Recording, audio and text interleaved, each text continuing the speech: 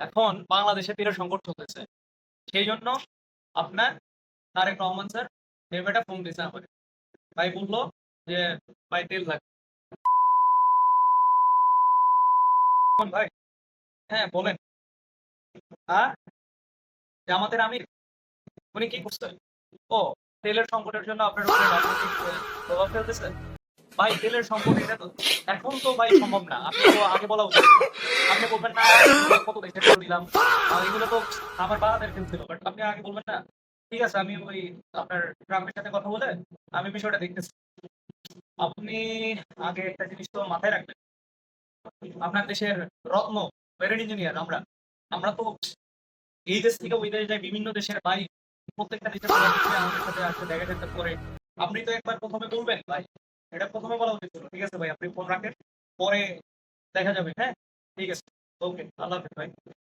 আরে ভাই কি একটা পরিস্থিতিতে আছে মানে বলার মতো না, বুঝছেন?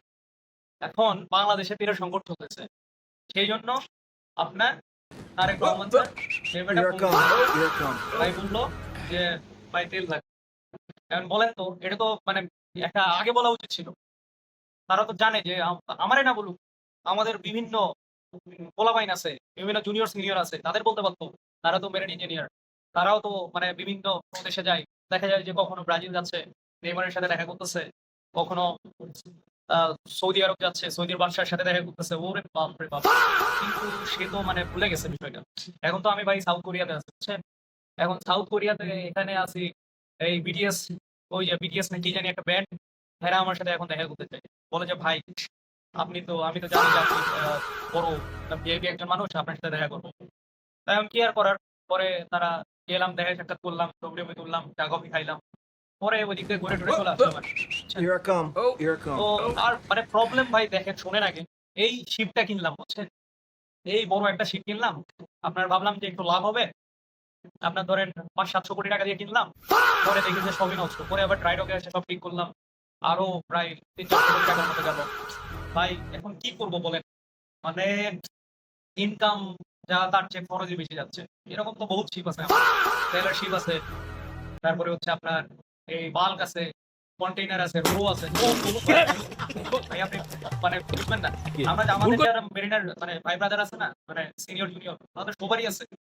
মানে দেখবেন তাদের কন্টেন্টটা আপনারা তো দেখেন যে উপরে যাচ্ছে, আহ, ভাই ব্রাজিল আসছি, হ্যাঁ ভাই এই যে ছবি তুলতেছি, ভাই আর্জেন্টিনা আসছি, ভাই নেইমারের মধ্যে ছবি তুলতেছি, নেইমারের নিয়ে আসছি, পর্তুগাল আসছি, অস্ট্রেলিয়া আসছি।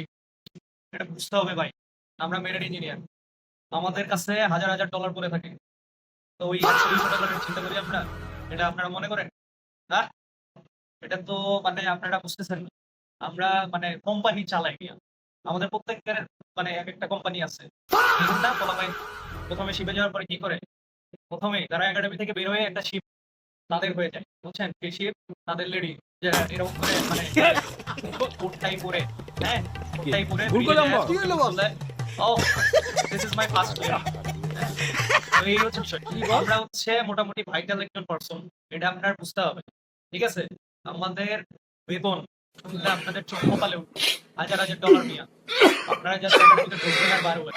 এটা তো মিয়া মানে বুঝতে হবে, বুঝতে হবে। এটা মানে আমার আসলে কিছু বলার নাই। ফ্রেন্ড, আরেকটা বিষয় যে ট্রাম্প আসলো সেদিন চায়নাতে।